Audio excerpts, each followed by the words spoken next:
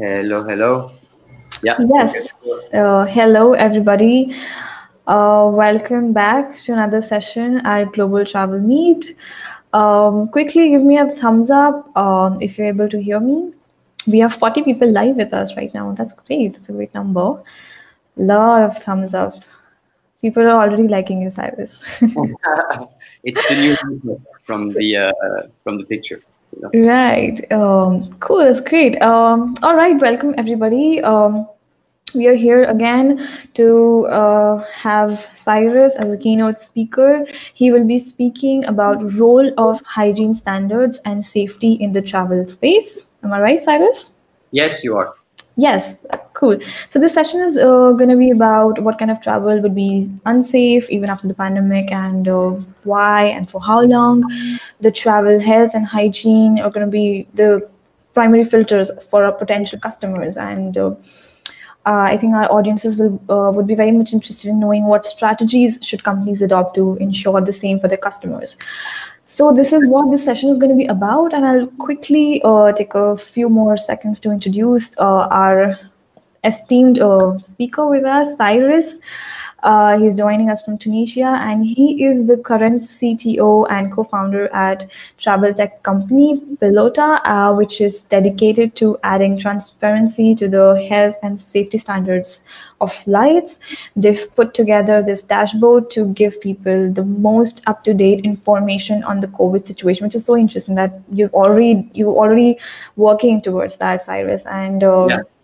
Cyrus is an avid traveler, and he has previously led technical teams at NYC-based startups. Welcome, Cyrus, and I really hope you have a great session. Cyrus has a presentation also, and I think I will hand over the stage to you, and I would request the audiences to be very supportive.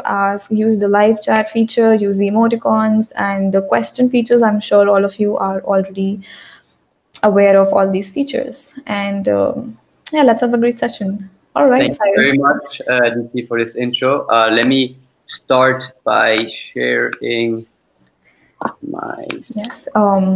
I think I will just go off stage now, Kushal. Cool. So, hello everyone. Thank you for this warm intro, Aditi. I'm honored and excited to be invited today to talk about the role of hygiene standard and safety in the travel space. And I first like to thank all the organizers and staff members for putting this great event together. So, a little bit about myself. My name is Cyrus Ghazanfar. I'm an Iranian American. I was born in London, grew up in Paris, France, and I'm now living in New York City, where I co-founded a startup called Pilota. This is a startup my co-founders and I founded during grad school, where we were completing our Masters of Engineering and Computer Science at Cornell University. So a bit about the startup. I know I did touch upon it, but at Pilota, we use AI to proactively mitigate travel risk by predicting flight delays and cancellation. But since COVID happened, we understand that health and safety are now top of mind for travelers. And that is why we kind of shifted our company focus towards helping keep travelers safe and informed by analyzing health and safety and disruption risk of the traveler's flight to empower just better decision-making and proactive risk mitigation. So I want to quickly introduce what I will be touching upon today. So first, a quick introduction of the topic at a high level. Then I want to talk about the economic impact of COVID in the travel industry. I do not have a slide for this because it's not really in topic, but I think it is paramount to realize the long-term damage it could have and reinforce the sense of urgency when it comes to restoring travelers' confidence. And then I want to go into the topic, talk about what are the travelers' health and safety concerns. Just going into the basics here and specifically focusing on the airport and flight journey. And then going into the topic at hand, hygiene and standard measures, what they are, how they work, and how they can help you as a leisure traveler or a business traveler, and also other industry players.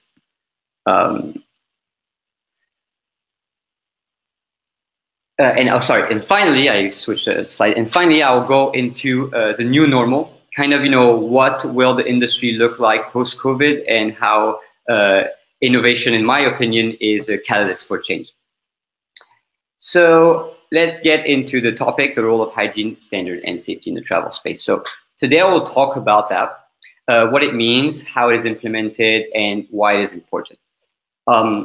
Today we are seeing many different segments in the travel and tourism space taking drastic actions to promote health and safety standards so that we can all feel safe while traveling.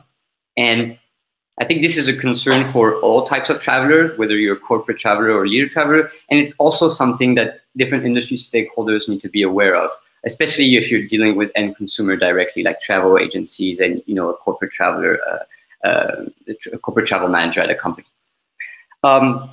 Before I get into the topic, I want to talk about, like, as I said, the economic impact. I want to touch upon this because I think it illustrates the imperative need to restore travelers' confidence in order to mitigate the drastic and long-term effect the pandemic could have on our world economy and, quite frankly, on our society as a whole. So I'm going to throw at you some numbers. Bear with me. So the travel and tourism industry represented more than 10% of global GDP in 2019 and employed about 330 million jobs worldwide. So that's huge. It is clear, that COVID has had a catastrophic effect on the travel industry. The total contribution of the industry in the world's GDP is expected to shrink by 30%. Huge. So if we just compare this with the 2008 global financial crisis, for example, the loss incurred today is 5 times worse than in 2008. And we're expecting to see 100 million travel and tourism jobs lost this year alone. Sorry. So just to say, like, these 100 million travel and tourism jobs lost, some of them will never come back, right? Companies, travel industry, travel providers are looking for ways to automate and build efficiencies in the processes, and that might mean removing some human interaction. So it's something that we have to be aware of. So here kind of comes the need to, and justification to restore travelers' confidence by implementing prevention measures that are sustainable, robust, in order to keep travelers safe now and in the future. So I am, whoops. So let's get into the travel health and safety concerns. So if we break down the end-to-end travel journey, we've kind of get these 3 stages, right? From your home office to the airport, and actually not really, it's not only the airport, it can be any mass public transportation. Then you have your airport journey, the check-in, the terminal, your gate, and then you have your flight journey.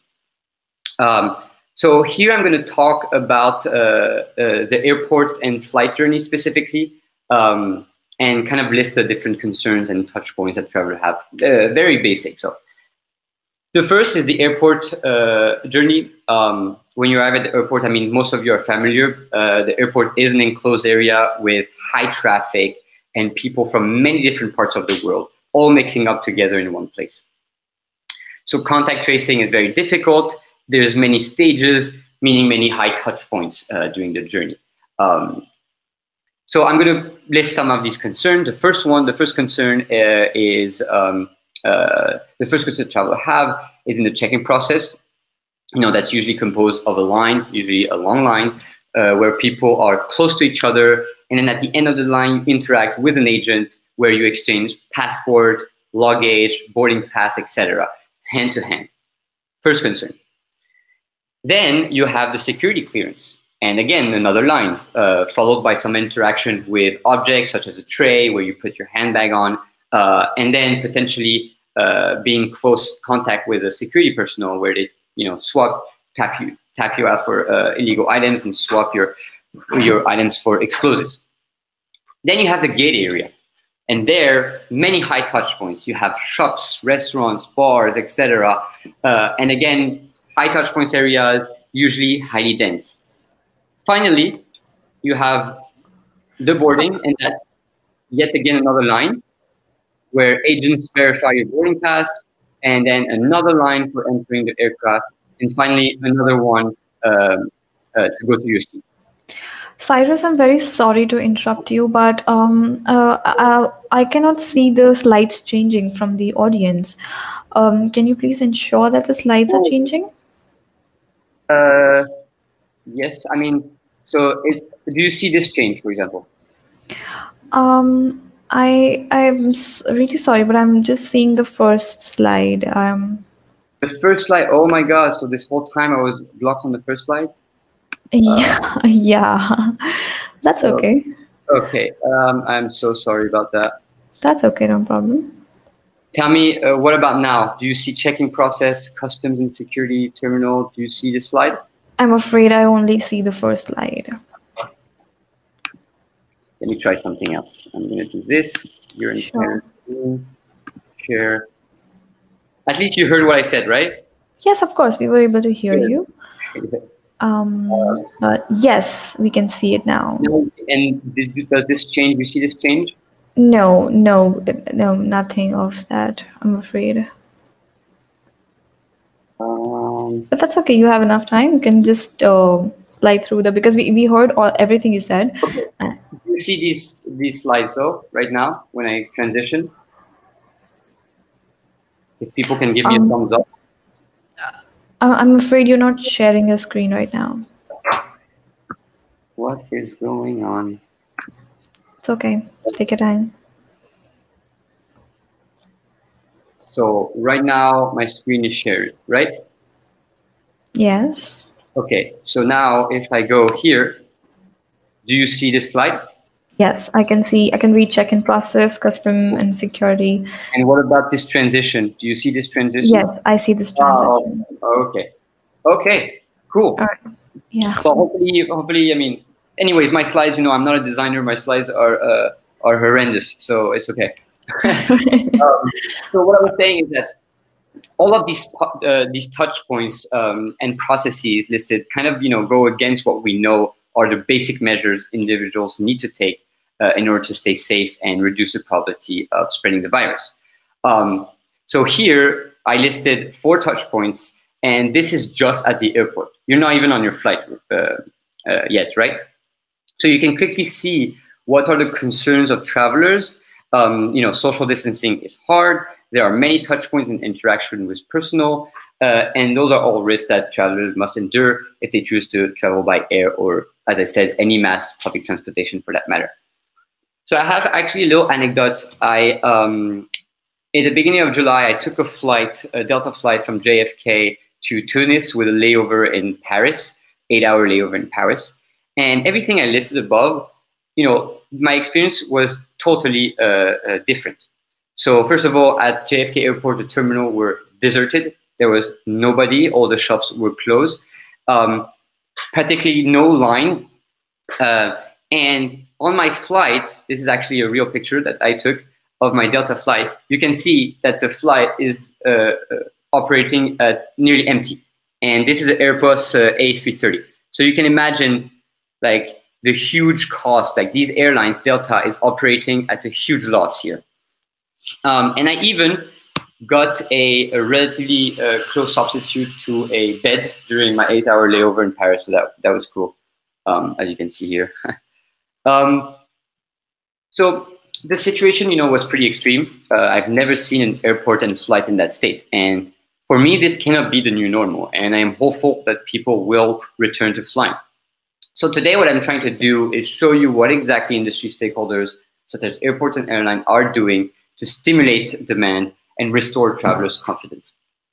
And all the new hygiene and safety standards travel providers have implemented, are based on these principles that World Organization, like the WHO and the CDC, told us help minimize the spread of the virus: like social distancing, good hygiene, and face cover. So I am going to go. I'm going to talk about 10 of them. I mean, I'm not going to talk about all of them here. We have a list of 10. Some actually are self-explanatory, so I'm not going to go into them. But I'm going to touch upon the ones that I think have are where people are most confused about. So let's get started. The first one is air filtration, HEPA filters, which stands for high efficiency particulate air. So these are like air filtration systems that you have on aircraft.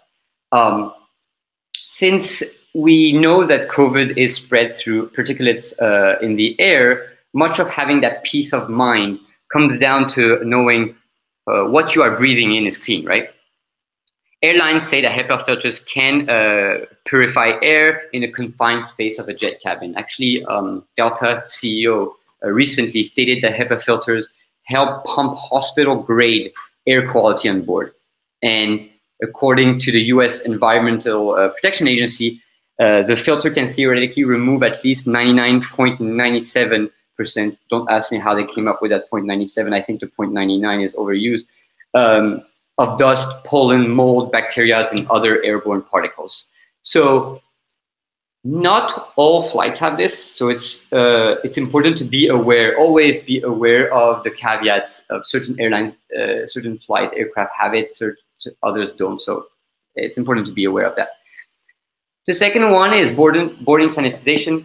Kind of like we had before, passengers board by row, from last row to the first in small numbers. So this is nothing new here, but what changed is that the waiting area hasn't been modified to ensure all passengers observe social distancing. And the boarding gates are deep cleaned and disinfected after every flight. The other one is capacity capping. You would think that, by the name, it's self-explanatory, but actually there's quite some difference. So some airlines, such as Delta, have ensured that the flights will be no more than 60% of capacity. However, other companies like American Airlines actually let you know when the capacity has gone beyond 60%. And what they do is they give you the chance to either change your flight or get your money back. And that comes back to the flexible policy that you see on the bottom right that I've listed there. Flexible policy is basically stating that you can change your flight without any fee, so fees are waived, or you can cancel it and get reimbursed without any penalties. Again, always look at the print because there's some caveats. Always depends on the airline. The other one, which I think is very important, is provided PPE, which stands for personal protection equipment. Only a few airlines actually offer masks and other personal equipment. For example, if you can see in the picture on the bottom left that Emirates offer a free travel hygiene kit for their passengers, but other companies don't do that. So again, very important to be aware of this so you can be prepared and come with the equipment you need to protect yourself, whether it's gloves, masks, even whatever. Yeah, all these types of things. Food hygiene. This I know of the US market, so I'm going to talk specifically for food hygiene in the US market. For shorter haul flights, they're no longer serving hot food.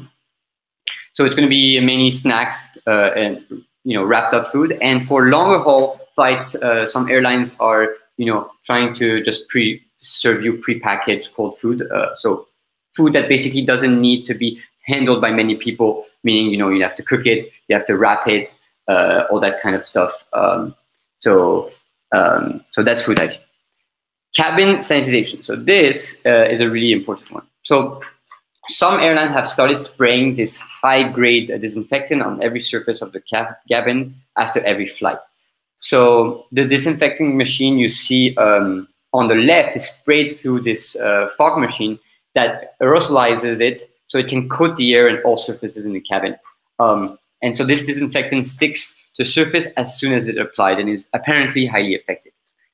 On the right, however, you see this crazy-looking machine, which is actually an ultraviolet cleaning robot that JetBlue has deployed and is being pilot tested at JFK Airport in Fort Lauderdale in Florida.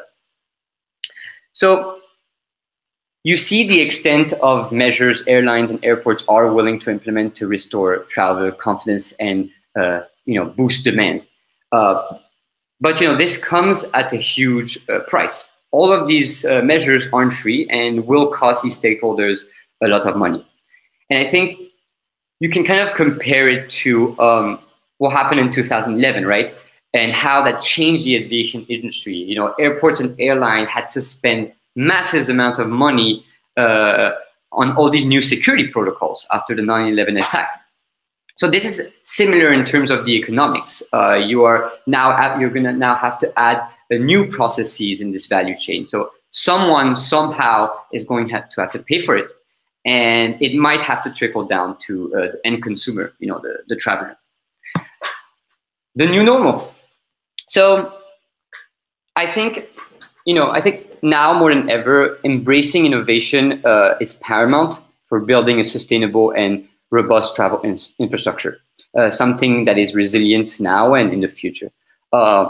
In the travel industry, digital transformation is vital for companies to be able to build brand loyalty, increase operational efficiency, and to improve passenger and customer experience.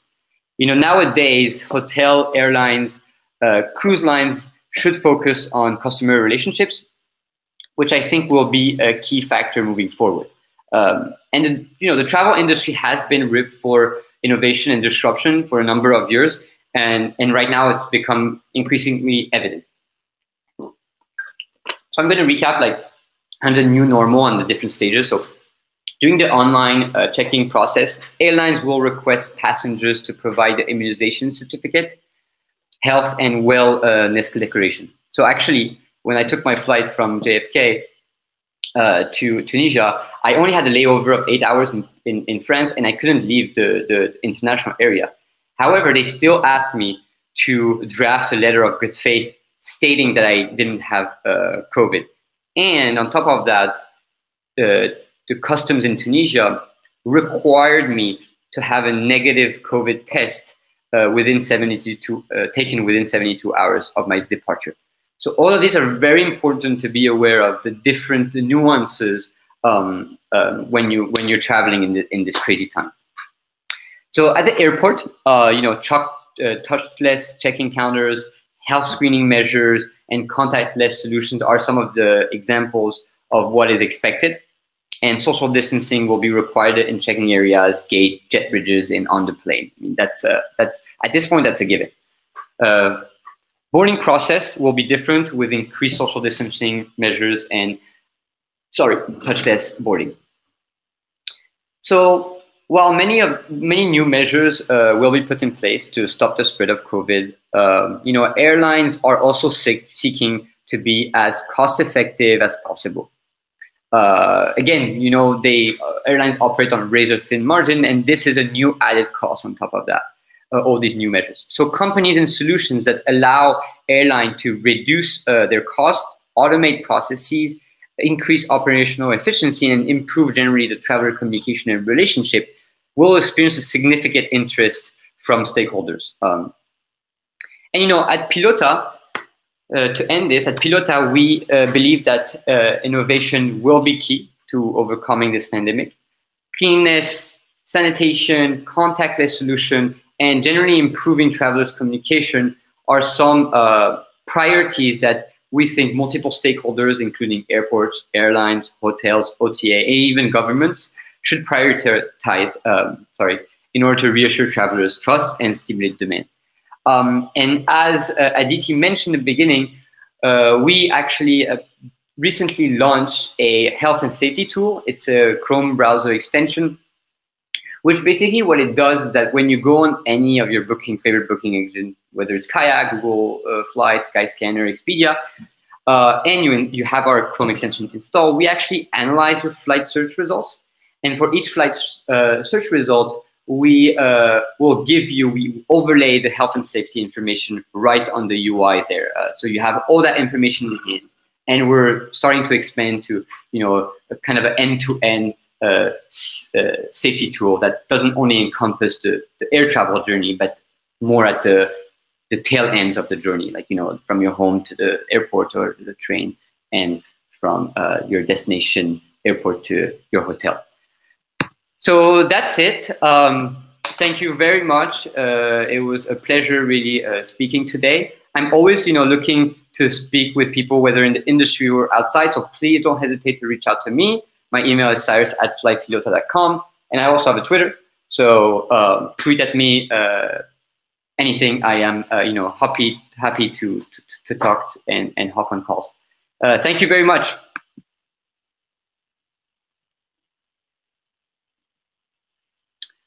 So I am over with the section,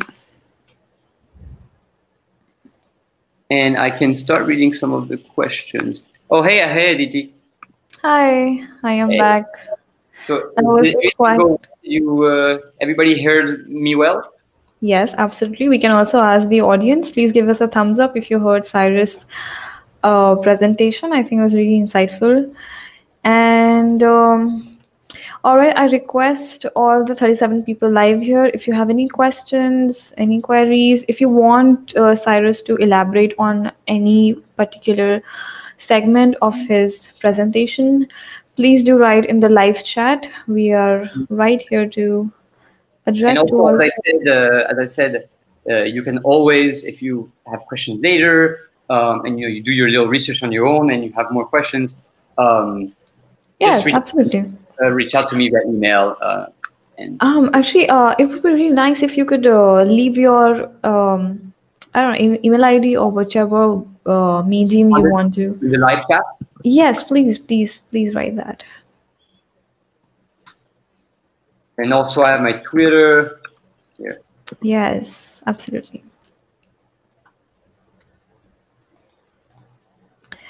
Any questions for Cyrus?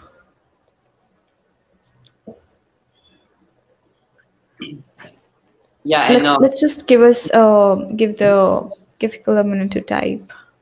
I just want to say also like that us when we're starting our basically I want to say that it's very difficult to be a travel tech company right now. Absolutely.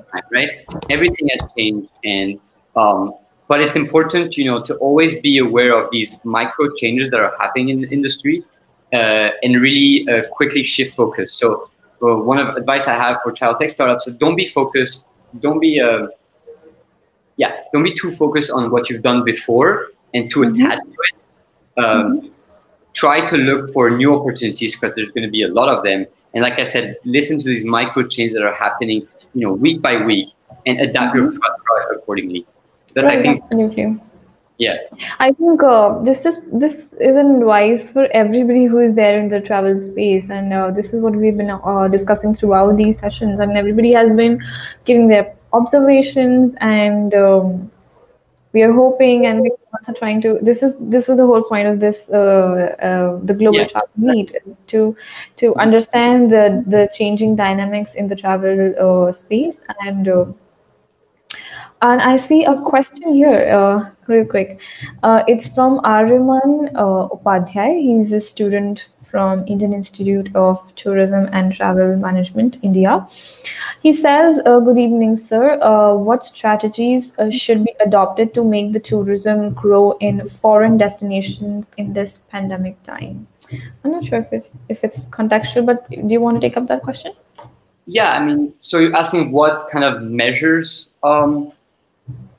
travel and tourism providers should implement? Maybe he's talking about the strategies. I think you can just take it up personally also. What are your strategies to make tourism grow?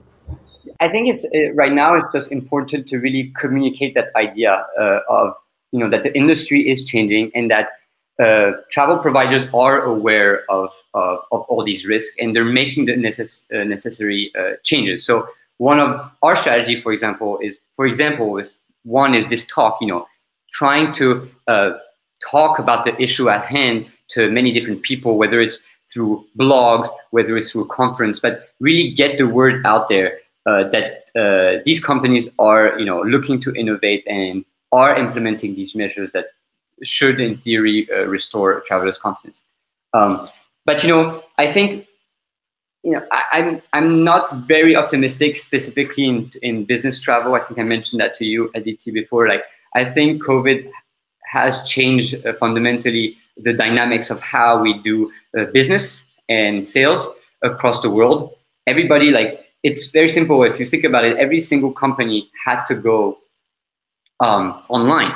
and had to start, doing sales calls online, closing deals online. And even the companies that weren't used to do that before, they never did that, they had to do it now. So if you just take an economic perspective on your company, then you quickly realize that there's something to gain by not, for example, not sending people overseas, or not sending your consultants to close a deal in another country, because those are huge expenses. So. And yeah. I think does that also bring new opportunities for companies in the travel tech space? Does that? So that could, yes, of course, that could.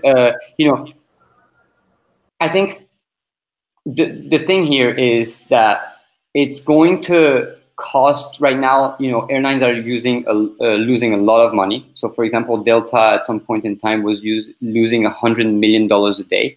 So there is going to be massive opportunity to build efficiencies. And like I said, it's going to be mainly through automation.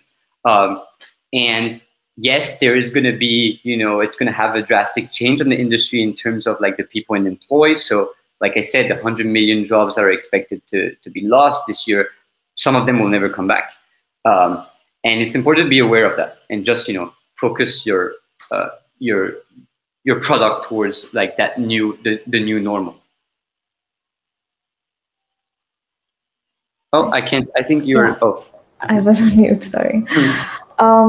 We have another question from Purvika Rohatgi.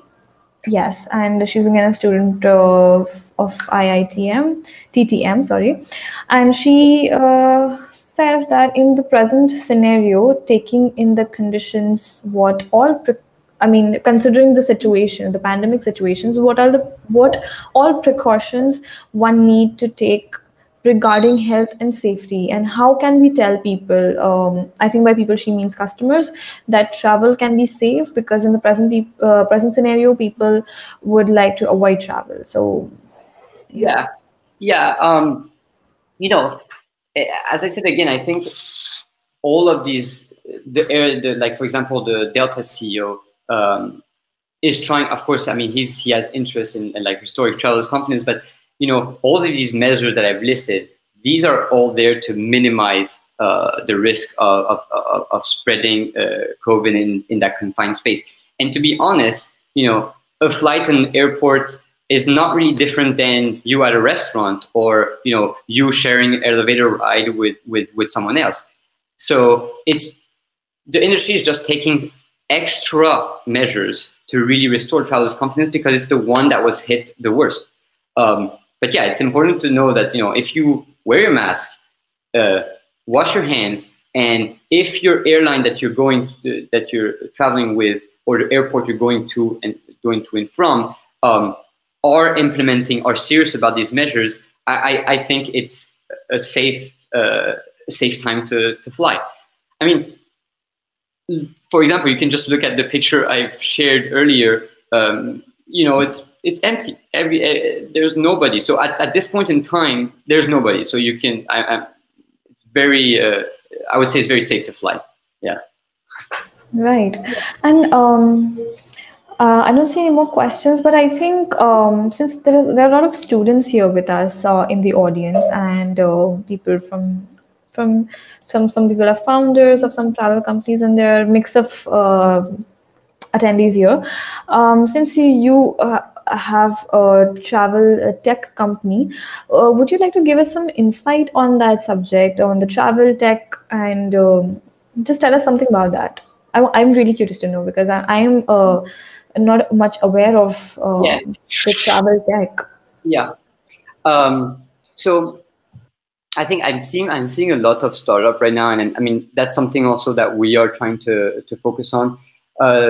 They're trying to, at the end of the day, whatever you're trying to do is you're trying to either restore traveler confidence, boost demand, and just improve the experience of traveling. So what I'm seeing, for example, is that there's a lot of these tools coming out, which are like AI powered chatbots, which really are there to answer all your needs, try to understand your whole journey as a whole, like from your place to the airport to your hotel, and give you that granular information in terms of what is the safest route to take, what's the best mode of transportation, and how to protect yourself during that journey. So I think companies that focus on that part have a good chance of building interest. So this is something we are actually, working on, something that's very granular and that looks at basically it aggregates and centralizes all these different routes and travel option into one place, and then uses analytics to kind of give you a heuristic of what is safe, what is not safe, and yeah. So these I think focusing on this part is important, and then another one, it's more into the the automation and contactless part. So we're seeing also a lot of startup focusing on using basically your phone as a mode of to check in, to go through security, to show your boarding pass. Basically, this is your passport and your Yes, your way of life. I'm very much aware of that. That's happening in India at a lot of domestic airports at India as well. Yeah, exactly. It's fully automated now. Oh, that's cool. That's really cool. Yeah, because I think it's something that we should promote. I mean, that's the future, right? If you don't need to speak to anybody, interact with any person, and you just use your phone, and maybe at the airport there's some computer vision cameras that can detect you and maybe even know if you're by your heat sense. Can know if you're sick or not. So these are type of technologies that are kind of out there, but are being developed and should help. Right, absolutely. And from what I can understand, that a Pilota, which is dedicated to adding transparency to the health and safety standards of flights, you say that you've put this dashboard. I think I'm very much interested in taking a tour of the dashboard, and I'm sure the audience would also be very much interested. And can we take a tour of that? And maybe you can talk about, because this is something very interesting, and I'm sure this is something very new for our audience as well. I'm sure they might be interested in going through that and how it operates, and who are the people that Pilota helps, and all of that. Yeah. So here I'm gonna. Do you see my screen? Google Flights right now? Yes, I can see. Yeah. Cool. So our Chrome extension is this little guy here on the top right. It's called Flight Safe. You can find it on the Google Chrome App Store. And basically what we do is we aggregate health and safety information across different airlines and provide you with a rating in terms of how well and how many of these implementation measures they are taking. And it's pretty customizable. So whatever you care about, you can add here. So I care about capacity capping, but I don't really care about flexible policy. And then the rating will reflect that. So here, I'll give you an example. So here you're on Google Flights. Let's say you search for, JFK. I mean, my computer's kind of slow right now. JFK to, let's say, LAX, for example. And New York to LA, right? Yeah. So once you submit a search, you can see here that all this stuff here, these ratings, this is our Chrome extension directly overlaying that information onto the UI of Google Flights. Oh, and we're doing that across many different. So we're developing right now. We're integrating Expedia. We're going to do that across many different search engines.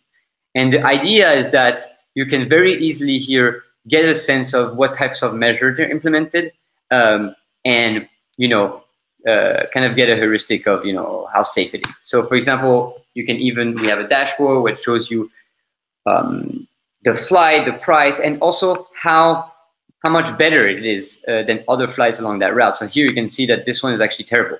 It's only better than 90% of others along that route.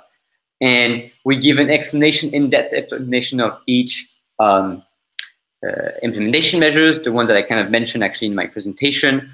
So So yeah, so that's the Chrome extension. But what we do is we're trying to really look at many different factors, many different variables that go into like this rating. Right now, it's like the health and safety, and also the population density at your terminal and in the flight. So we have, and that's the AI component that comes in that kind of tries to estimate,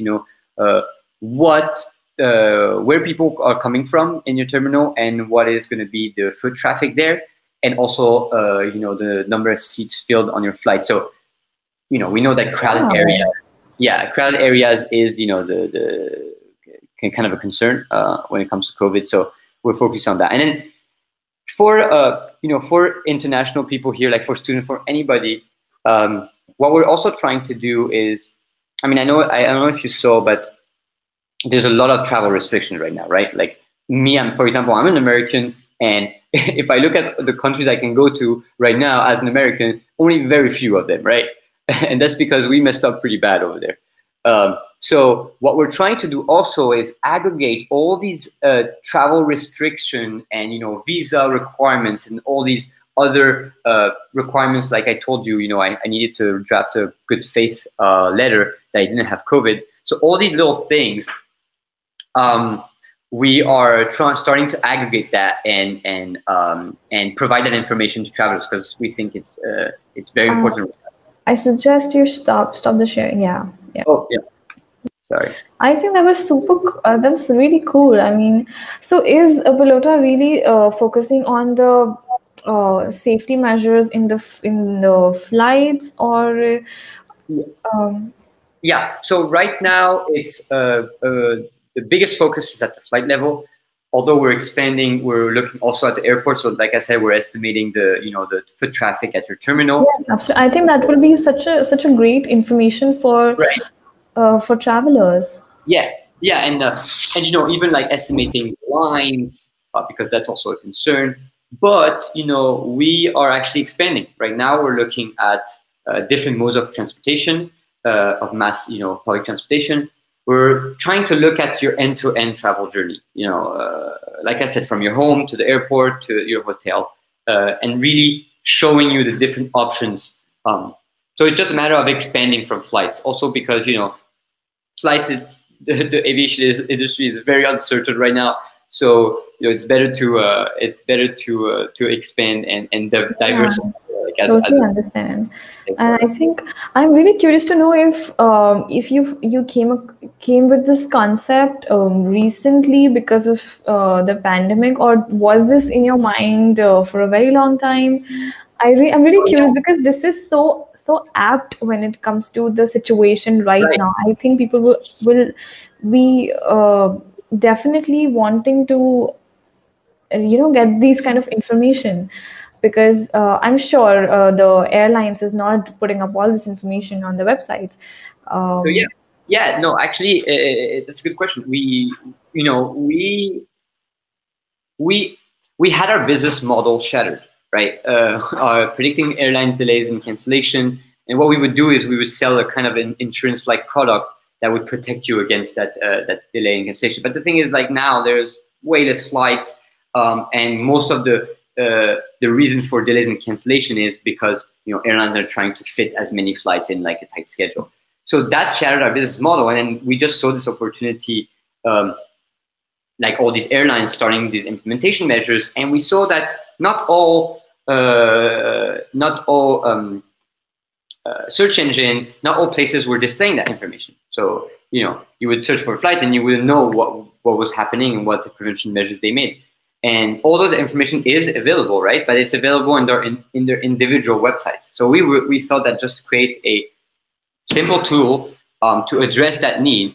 And instead of building our own search engine, like another Google Flights or another stuff like that, we felt that we don't want to disrupt the usual flow of users, because any one of us is kind of used to browsing on Google Flights, Kayak, whatever your preferred mode of booking your flight. And so we wanted to bring that solution kind of to you, instead of like taking users to our platform, and so that's why we went with the Chrome extension. Yeah, I think that is very smart, because no matter what website I'm going, I can still see Right. those parameters because of that plugin. Exactly. So I'm really curious to know if this is working on all kind of websites So or right, yeah. So yeah. right now, it's on Google Flights. We are on the process of integrating Skyscanner, Kayak, and Expedia, and then we're gonna move forward from there for sure. Yeah. But That it kind of in terms of like for the technical people here, technically mhm. speaking, it's not a hard thing to do, but um, you're basically reading an HTML page and trying to understand the HTML structure. So it's basically you have to do it for every single site because every single site has different structure.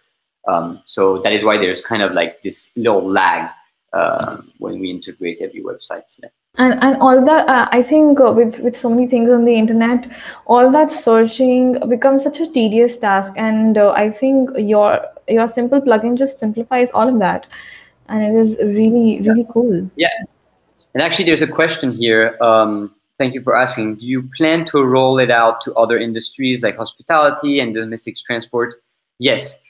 So as I said, we are starting to integrate more of different alternative mode of transportation. Uh, but we're starting at really like the travel journey. So looking at from your home to the airport. So what is best? A subway ride, a bus ride, a Uber drive, Lyft, whatever, and then also looking at other modes of transportation, trains, buses, etc. And actually, it's funny because buses, trains, and all that, all these kind of similar mode of transportation, they have similar implementation measures. They're doing particularly the same thing because the processes are kind of similar, right? You have a boarding pass, you have a seat, you're sitting next to someone, so they're implementing the same measures. As for hospitality, deployed across multiple industries, yeah, exactly. It can be horizontally deployed across multiple industries. And to answer all the hospitality, like hotels and stuff like that, that's a little bit more difficult because there's a bunch of them, and we can look at hotel. We can start by looking at hotel chains, but of course that's something that's in the back of our mind, and we're looking into that. Yeah. Right, I'm sure it's in the pipeline, and you're Yeah. planning to expand it, of course, because I think safety, and this is why we had this subject, this topic also, because safety and these hygiene standards, I think, are going to be the new filters at every travel site, because everybody is concerned about all these. I think I also happened to. I think I was listening to. Ekta, one of our speakers, and she said, "Ki now instead of the aesthetic cleanliness, I mean, just a beautiful hotel or anything, I think it will be the clinical hygiene, which is the real hygiene that is going Yeah. to come into role, because and I think the kind of tools and technology that people like you are building, I think it's just going to be more easier for travelers to trust and start traveling and planning the travel accordingly." Exactly. I mean, that's the whole point of all this is like building that trust back, right? Because we can't. I mean, the industry can't continue like this. It's crazy. I mean, Right, actually, because that's the only thing, that the trust thing is the only yeah. thing that's with us right now, because nobody can just cross-check all these things. Right, And the thing is, there's like that trust issue, and then right now we're seeing right that the flights are like dirt cheap, but at some point in time, when you're gonna see major, when you see airlines, stop serving a route, and then other airlines will basically have a monopoly on that route. You're gonna start seeing like different prices start to go up, especially because they have to catch up everything that they've lost. So it's tough. The future is uncertain, but it's our job as startups. yeah, absolutely. I think I know it will be very philosophical to say that disasters are also give space to opportunities, but I think with the current situation, there are a lot of opportunities and such ideas also blooming. And there's another thing that I want to understand, that you mentioned that you wish to build a transparency between the customers or the travelers and between the flights or whatever you are monitoring the hygiene standards. I want to know how you ensure that transparency. I know you say that you're transparent, but then how are you ensuring that that the people who are installing that plugin know that okay, whatever information Pilota is providing is 100% transparent? How does that happen? Yeah, so I mean that comes with like credibility and something that we're a young startup, so it's difficult to achieve. But we just say plainly that where we get our data from, how we aggregate it, and when is it updated. So it's updated daily. Like I said, all these prevention implementation measures, some actually are coming to an end. Like for example, the flexible policy. And so we're aware of that. We're aware of the dates in which these implementation will no longer exist, and we update the user about those. But yeah, again, we state where we get the data and how we transform it and manipulate it, and then it's kind of up to now the person using the extension to trust us. Yeah. All right. I think I am really gonna go back to your website. I'm gonna check it out, and because this is very interesting, and I'm sure it was interesting for audiences as well. Give me a thumbs up if you found this conversation interesting. Yeah, we're getting a lot of hearts and thumbs up. Nice. Yes. I think we're done with the questions now. No, I think there's one more. Oh yeah, Kushal has just pasted the link. Exactly. That's my right. So, yes, that is the website. You can just go and check it out and see their work and explore their tool. And again, feel free to email me, ask me any questions, hop on a call. I'm really glad to. Yes, absolutely, and I'm sure Cyrus will be available right in the social lounge as well for more conversations with our attendees.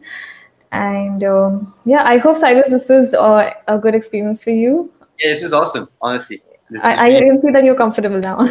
Yeah, exactly. At the beginning, you stutter a bit. The first few minutes, it's a little bit stressful, but yeah, this was really cool. This was really, really cool. Right. All right. So that was the end of this session, and I hope all of you. I see somebody said insightful. We're very, very glad that this was insightful, and. Before I quickly wrap up, I'm just going to make a few announcements that the social lounge will be activated right after this live session. And since this is the last session of the day, but we will be having our founder Vanita to sum it up, to wrap this day for us. And there's another very important announcement that I want to make to all the attendees here, that we are going to be having a travel photography workshop tomorrow by Anurag Vyabhare, and it's going to happen in Hall 1 right here. We're going to also send you the links. I think you can just click on the sessions button on the top right corner of your screen, and you can scroll down and you can see travel photography workshop by Anurag. It is scheduled at 5:30 IST tomorrow, 10th of August. And I'm sure it's going to be equally insightful for all the people who are travel freaks and who also voice their interest in photography. So make sure you don't miss out on that. And we will be available in the social lounge for more conversations. And good question. Yes. Sorry. Will, is this recorded somehow? So maybe we can share it with people that have. Yes, absolutely. In fact, that's another good announcement to make to all our attendees, that all these sessions are being recorded at AirMeet. And we will be soon converting them into videos Awesome. that can be seen later for the ones who have missed this. So definitely, this is going to be this content. This is valuable content for us. So this is definitely going to be. You need to immortalize the moment. Yes. All right. Thank you, Vandita, for giving me this opportunity to have a conversation with Cyrus. And I also would like to thank AirMeet, because this has been a wonderful day, and it was only possible for with air meat. And all right, and on that note, we'll sign off. Hope you had a nice time, and see you in the social lounge.